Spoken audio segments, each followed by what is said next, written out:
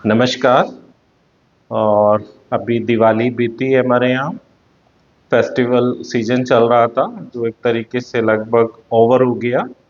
और अभी गंगा स्नान या गुरु नानक जयंती फेस्टिवल आना है जो 5 नवंबर को है।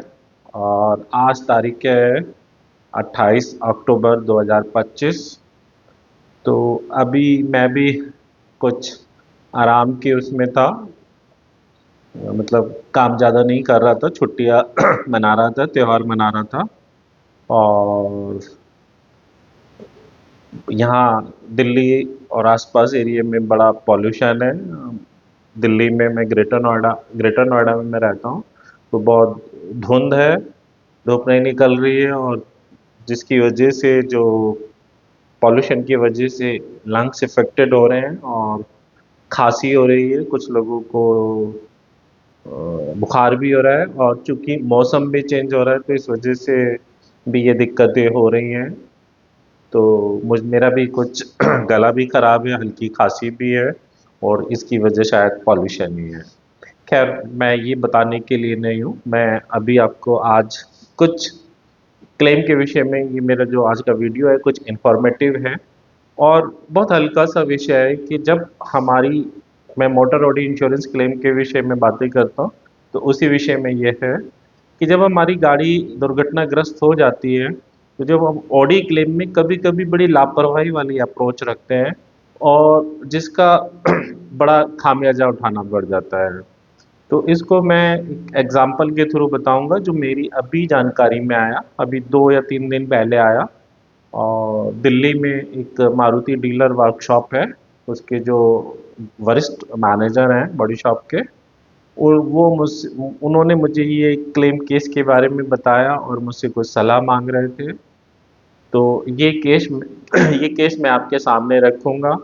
और इस केस से पहले मेरा कहना ये है कि अगर कभी भी कोई भी मोटर ऑडी इंश्योरेंस क्लेम आए तो सही चीज़ों को ईमानदारी से सही तरीके से आप रखें। थोड़ा दिमाग का भी इस्तेमाल रख करें कि आप क्या लिख रहे हैं, क्यों लिख रहे हैं।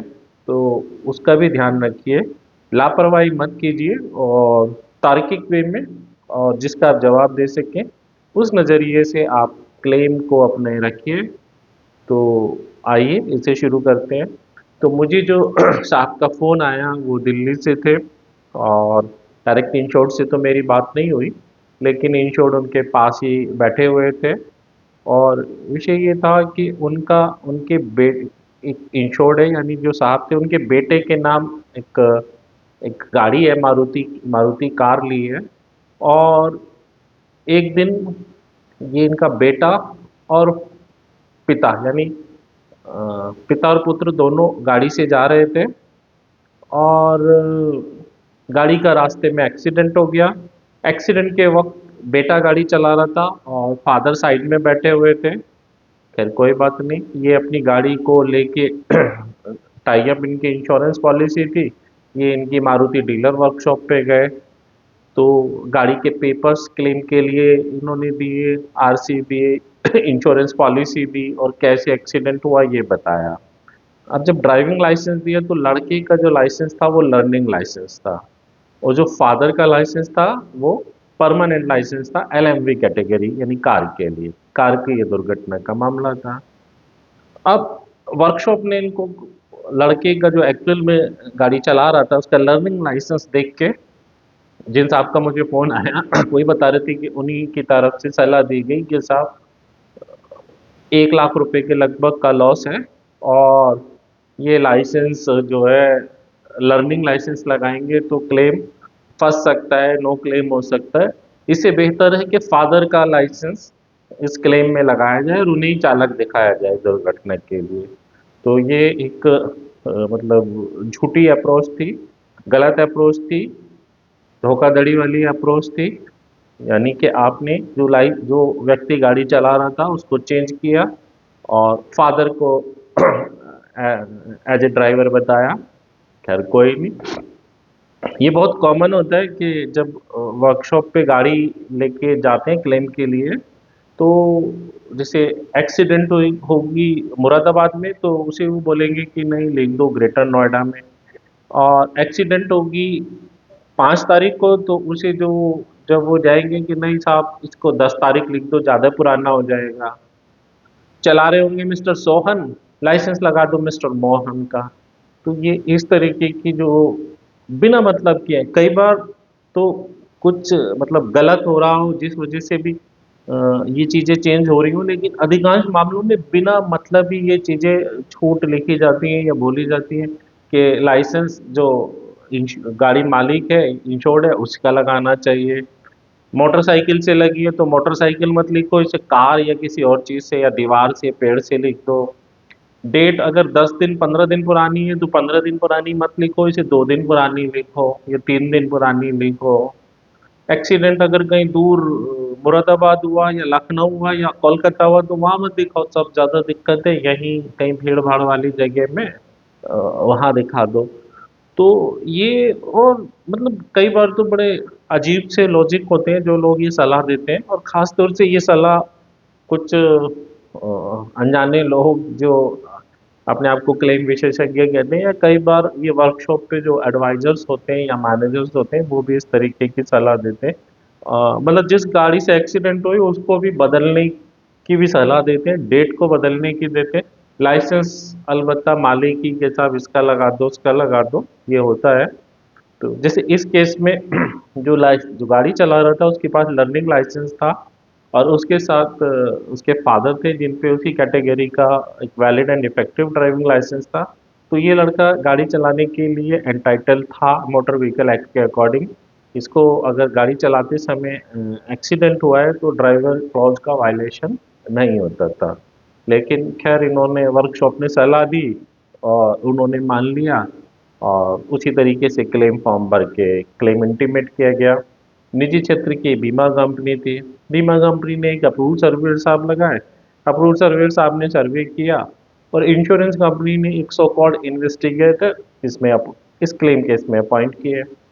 आज आगे जो सो कॉल्ड इन्वेस्टिगेटर साहब थे उन्होंने इंश्योर्ड से मिले, इंश्योर्ड के फादर से मिले, दुर्घटना स्थल देखा, और उन्होंने जब उससे बातचीत की जो भी चालाकी चतुराई होशियारी जो भी कहिए उससे उनको फैक्ट उन्होंने उस पर दबाव बनाया इंश्योर्ड पे, और आखिर में इंश्योर्ड ने उन्हें सच बताया कि साहब गाड़ी मैं चला रहा था और मेरे फादर साइड में थे, हम ऐसे ऐसे जा रहे थे यहाँ एक्सीडेंट हुआ, ये मेरी गूगल लोकेशन ये मेरे फादर की गूगल लोकेशन, वो गूगल लोकेशन भी उसने उनकी देख ली। और तो साहब ये मैटर है, और अब आप देख लीजिए साहब क्लेम दिला दीजिए। यानी जब पकड़े गए तो फिर उन्होंने वो डर गए, पकड़े गए या जो भी कहिए डर गए, उन्होंने जो सो कॉल्ड इन्वेस्टिगेटर थे उन्हें जो सच था वो बताया। अब इन इन्वेस्टिगेटर साहब ने साहब उनसे कहा ठीक है कोई नहीं आप लिख के दीजिए कि साहब दुर्घटना फला फला तारीख को हुई और दुर्घटना के समय गाड़ी को मैं चला रहा था और गाड़ी में मैं ही अकेला मौजूद था। और साहब इन्होंने जैसे इन्वेस्टिगेटर साहब ने कहा इन्होंने उसी हिसाब से लिख के दे दिया, जबकि सच्चाई ये है कि बाप और बेटे दोनों ही गाड़ी चला रहे थे। मतलब बेटा गाड़ी चला रहा था और बाप साइड में थे, ऐसा था। तो खैर वो डर गया या जो भी कही उसने, जैसा उन्होंने कहा कि अकेला दिखाओ तो स्पेशली उसमें लिखा कि दुर्घटना के वक्त मैं अकेला मौजूद था, तब ये लिख के दिया। उसके बाद बीमा कंपनी ने ये क्लेम रेप्यूडिएट कर दिया कि साहब एक तो फॉल्स स्टेटमेंट और दूसरा ड्राइवर क्लॉज का वायलेशन। अब ये मैनेजर साहब का जो फ़ोन मुझे आया था वो आया था साहब इसमें क्या हो सकता है, क्या हेल्प हो सकती है। तो मैंने कहा साहब ये स्टेटमेंट तो मैंने नहीं दी, इंश्योर्ड ने ही दी है। पहले उन्होंने बताया कि पिताजी गाड़ी चला रहे थे, ठीक है। दूसरी बार उन्होंने स्टेटमेंट दिया कि बेटा गाड़ी चला रहा था, ठीक है। और उसमें लिखा कि दुर्घटना के वक्त मैं गाड़ी में अकेला था। तो भाई ये जो दोनों स्टेटमेंट हैं इंश्योर्ड ने दिए। और दूसरी चीज़ ये भी है कि साहब आपने पहले गलत बोला चलो ठीक है, लेकिन जब दूसरी बार बोला और आप फिर उसमें लिख रहे हैं मैं अकेला मौजूद हूँ, यानी आप फिर भी गलत बता रहे हैं। तो आपका कौन विश्वास करेगा आप इतना अगर झूठ बोलेंगे। तो मैंने कहा बीमा कंपनी ने तो जो उनका इन्वेस्टिगेटर आया उसने लिखवा के ले लिया है। तो उस अगर गाड़ी में एक जो लर्निंग लाइसेंस है वो अकेला मौजूद है, तो ये तो मतलब वो जो लाइसेंस है वो वैलिड नहीं होगा और ये ड्राइवर क्लॉज का वायलेशन है। तो क्लेम तो बिल्कुल ये ड्राइवर क्लॉज के वायलेशन पर एप्यूडेट होगा। तो उसमें तो बीमा कंपनी सही होगी। लेकिन फिर जब और बातचीत हुई मैंने कहा हाँ इसके लिए आप कोर्ट जा सकते हैं, न्यायिक बीमा कंपनी तो मानेगी नहीं, आप कोर्ट जा सकते हैं। कोर्ट में हाँ अगर आप अपना पक्ष रखें, वैसे जज साहब भी कहेंगे कि भाई आप लोग पहले भी झूठ बोल रहे थे और बाद में भी झूठ बोल रहे थे, तो क्या गारंटी है आप अब सच बोल रहे हैं।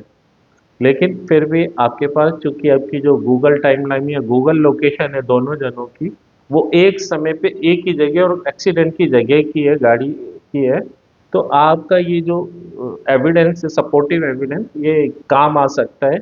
और इसके ग्राउंड पे जो है बीमा कंपनी को क्लेम देना पड़ सकता है, या आपको न्यायालय से आपके उसमें आपके पक्ष में फैसला आ सकता है। तो मैंने कहा वैसे ये झूठ बोलना नहीं चाहिए था, पढ़े लिखे आदमी हैं जिनकी गाड़ी है, और किसी के भी कहने से कुछ भी लिख दो, ये क्लेम है, सच लिखना होता है, साइन करके देते हैं, उसमें स्टेटमेंट है, तो ये स्टेटमेंट सच्चे ही होने चाहिए।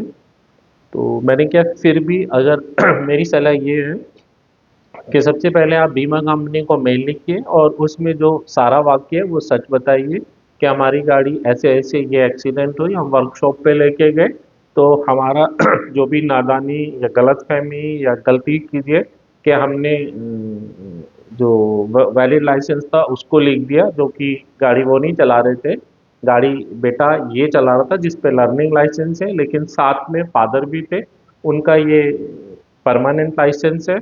और जब इन्वेस्टिगेटर हमारे पास बीमा कंपनी का जो सो कॉल्ड इन्वेस्टिगेटर आया, हमने उसको सारी बात सच बताई, और उसने लेकिन लिखने में जो हमसे लिखवाया, उसने कहा कि अकेला लिख दो, तो हमने दोबारा से गलती की और अकेला लिख दिया, जबकि गाड़ी में बाप बेटे दोनों थे, बेटे के पास लर्निंग लाइसेंस था और फादर के पास वैलिड परमानेंट लाइसेंस था।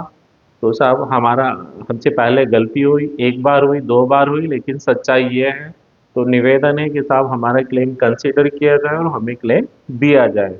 और हम दोनों गाड़ी में मौजूद थे, इसके समर्थन में ये हमारी गूगल टाइमलाइन या गूगल हिस्ट्री या Google location history position support में अटैच करके भेजिए।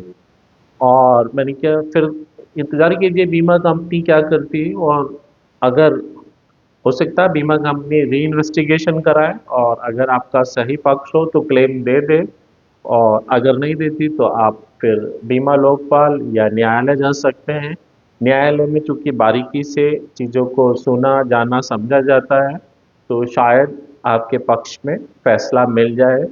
लेकिन तो ये केस था।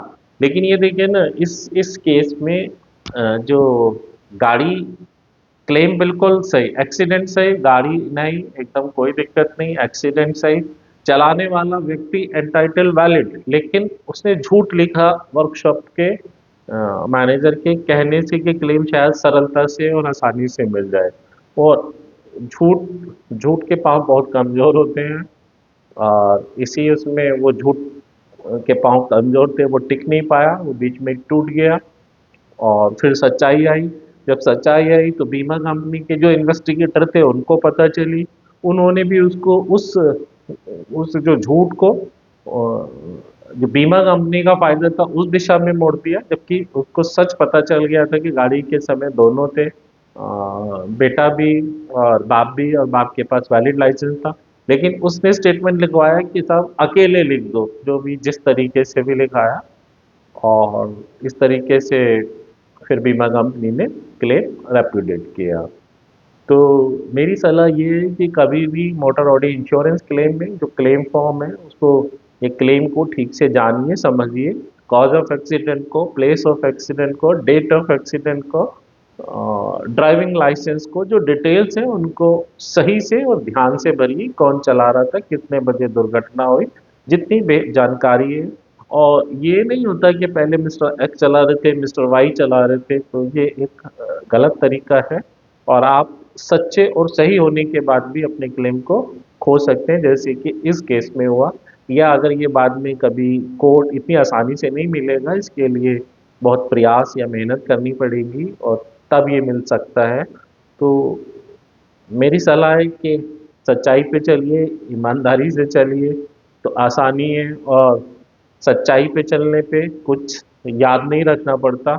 झूठ में बहुत सारी चीज़ें याद रखनी पड़ती हैं, झूठ के पाँव कमज़ोर होते हैं। तो ये है। और ध्यान रखिए अपने क्लेम में।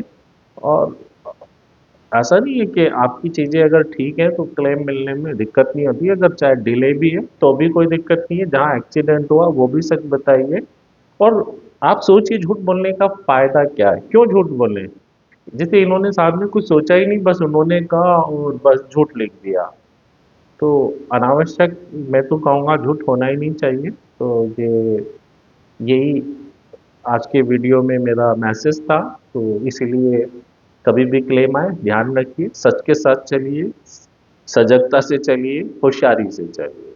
अब इस वीडियो को विराम करते हैं और फिर मिलते हैं अगले वीडियो में। नमस्कार।